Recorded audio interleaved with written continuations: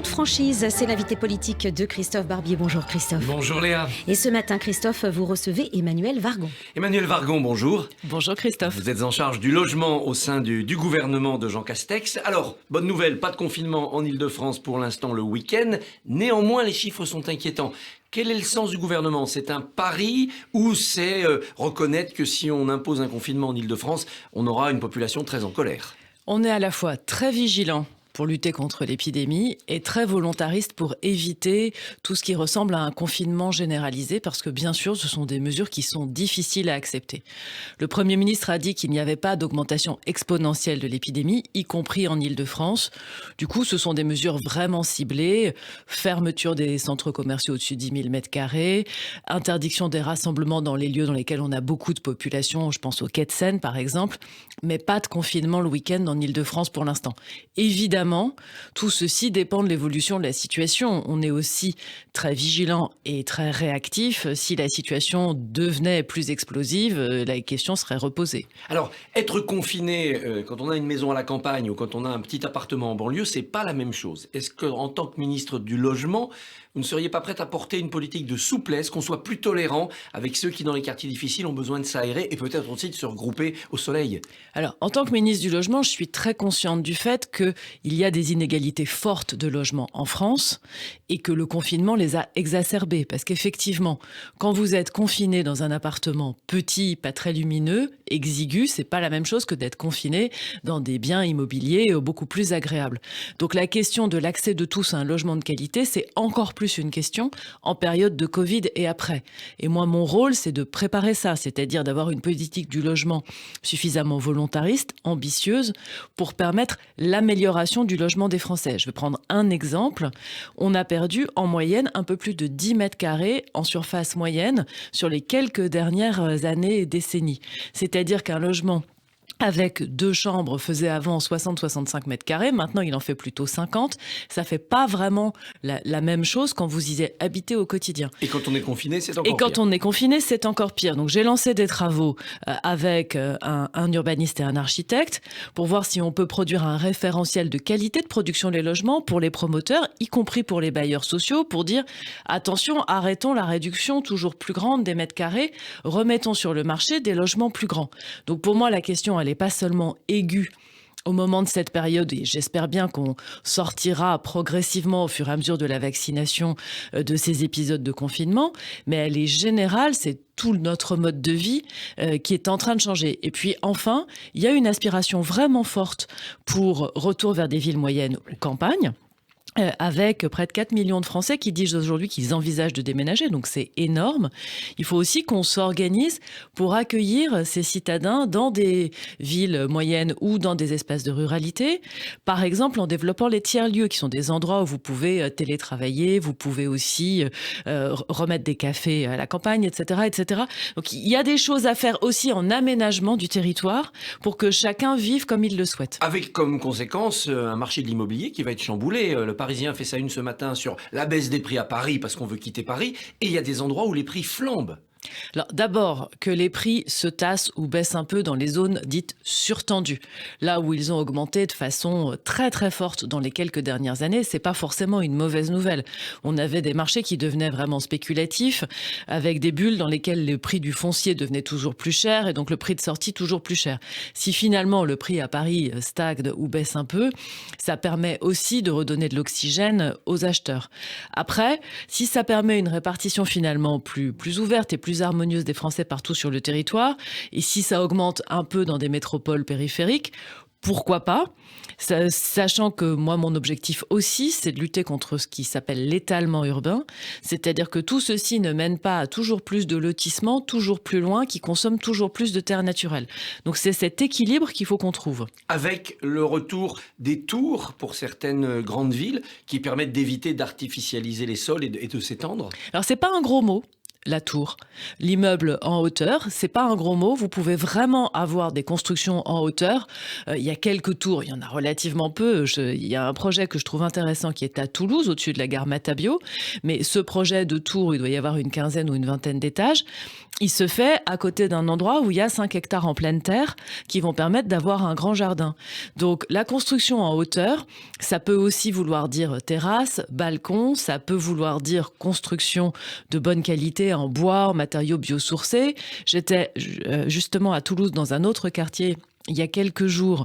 Les façades maintenant sont en terre cuite et en bois, donc ça donne pas vraiment la même impression que quand on est sur des matériaux plus traditionnels.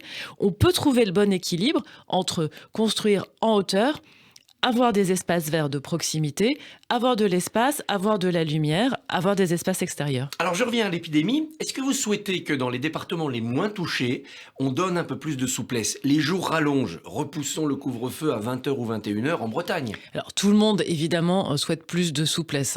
Tout le monde trouve que le couvre-feu à 18h, c'est extrêmement contraignant. Après, la ligne de crête sur laquelle on est, c'est des mesures de restriction qui permettent de limiter la propagation de l'épidémie en évitant le confinement généralisé. Et on a 3 nouveaux départements qui sont en vigilance renforcée, qui sont plutôt des départements ruraux, les Alpes de Haute-Provence, l'Aube, l'Aisne. Donc, pour l'instant, le virus circule moins dans l'ouest de la France. On a aussi des moments où tout d'un coup, on voit le virus augmenter. Donc, c'est beaucoup trop tôt pour avoir des mesures de relâchement de ce qu'on fait aujourd'hui. En revanche, nous avons donné une perspective à partir de mi-avril. On espère pouvoir retrouver quelque chose qui ressemble plus au cours normal de nos existences. Je crois que c'est ça la bonne perspective. Le gouvernement met l'accent sur la vaccination avec une inquiétude. Trop peu de soignants se font vacciner. Alors, vous partagez l'avis d'un soignant éminent et médiatique. Et vacciné. Mathias Vargon est vacciné. Est-ce qu'il ne faut pas rendre obligatoire cette vaccination comme un devoir professionnel? Un médecin disait, les soignants, ils mettent une charlotte, ils mettent une blouse, ils doivent se faire vacciner, c'est le complément. Pour l'instant, notre objectif, c'est de convaincre les soignants. C'est ce qu'a dit Olivier Véran. Il va d'ailleurs écrire à tous les soignants. D'abord aussi pour les remercier et pour rendre hommage au travail qu'ils font, parce que les soignants sont vraiment en première ligne.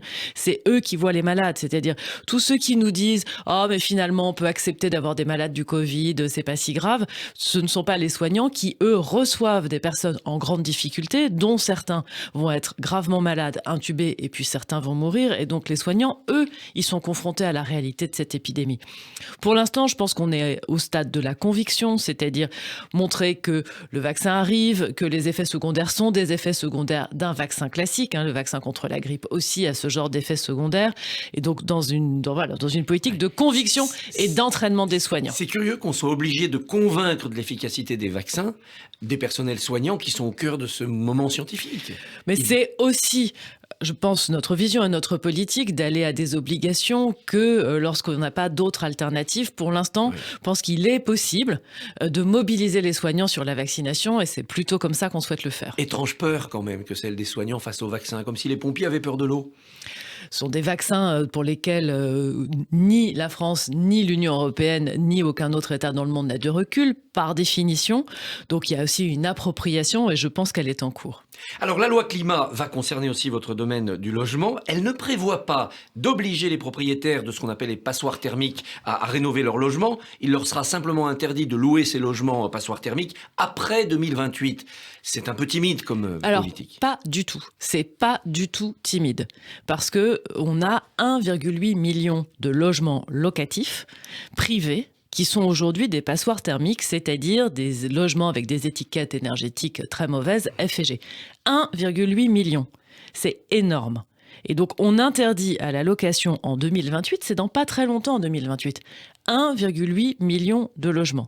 Déjà comme ça, on a un énorme défi d'aller convaincre un par un 1,8 million de propriétaires de 1,8 million de logements de faire des travaux. Parce que moi, mon objectif, c'est pas de sortir des logements du marché, c'est que ces logements soient de qualité décente et que donc les travaux soient faits. Donc dire c'est timide d'interdire 1,8 million de logements à la location, non, c'est pas timide. Au contraire, c'est très ambitieux et c'est assez difficile d'accompagner tous ces propriétaires. Les propriétaires occupants, mais c'est un peu la même question que sur les obligations. Nous avons fait le choix de considérer que c'est l'incitation qui fonctionnerait. Parce qu'un propriétaire occupant, c'est la première victime de la passoire thermique. Dire vous habitez dans un logement qui est mal isolé, très difficile à chauffer. dans lequel vous n'êtes pas très bien et ça vous coûte cher.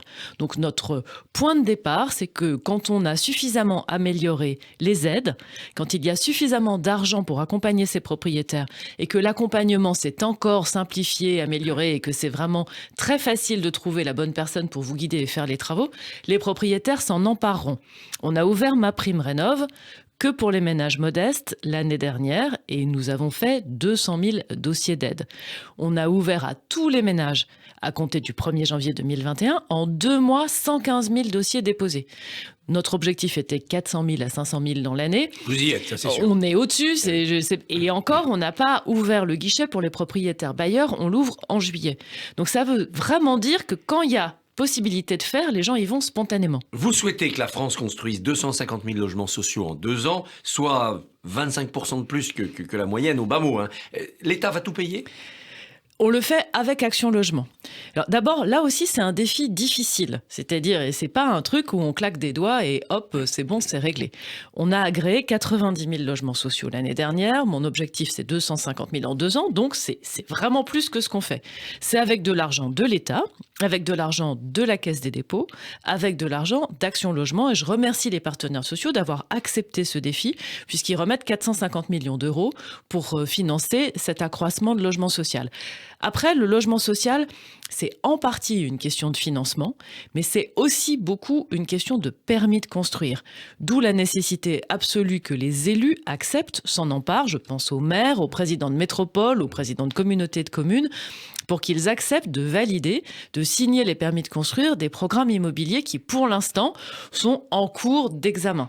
Là, j'ai eu une discussion aujourd'hui avec le président de la métropole de Lyon, pour faire le point avec lui sur les perspectives en matière de logement social.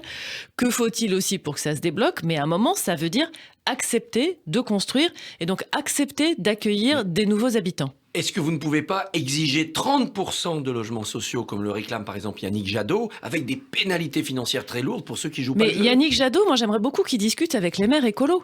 Ce serait déjà très bien que ces maires écolos acceptent de faire les 25%. Donc pour l'instant, 25%, c'est un bon objectif. On a 1000 communes qui n'y sont pas aujourd'hui. Les principaux maires verts élus lors des dernières municipales sont très réticents sur la construction de logements sociaux ou de logements tout court. Donc je trouve qu'il y a une énorme contradiction entre une demande nationale de la part d'Europe Écologie Les Verts et le fait qu'au quotidien, à Bordeaux, à Strasbourg, dans une moindre mesure à Lyon, les permis de construire ne sortent pas.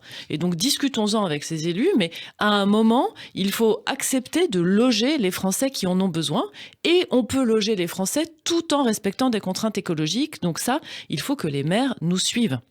Dernière question, vous serez dans la bataille des régionales en Ile-de-France. Est-ce que La République En Marche doit s'allier à terme avec Valérie Pécresse pour éviter que la gauche et les écologistes prennent cette région ?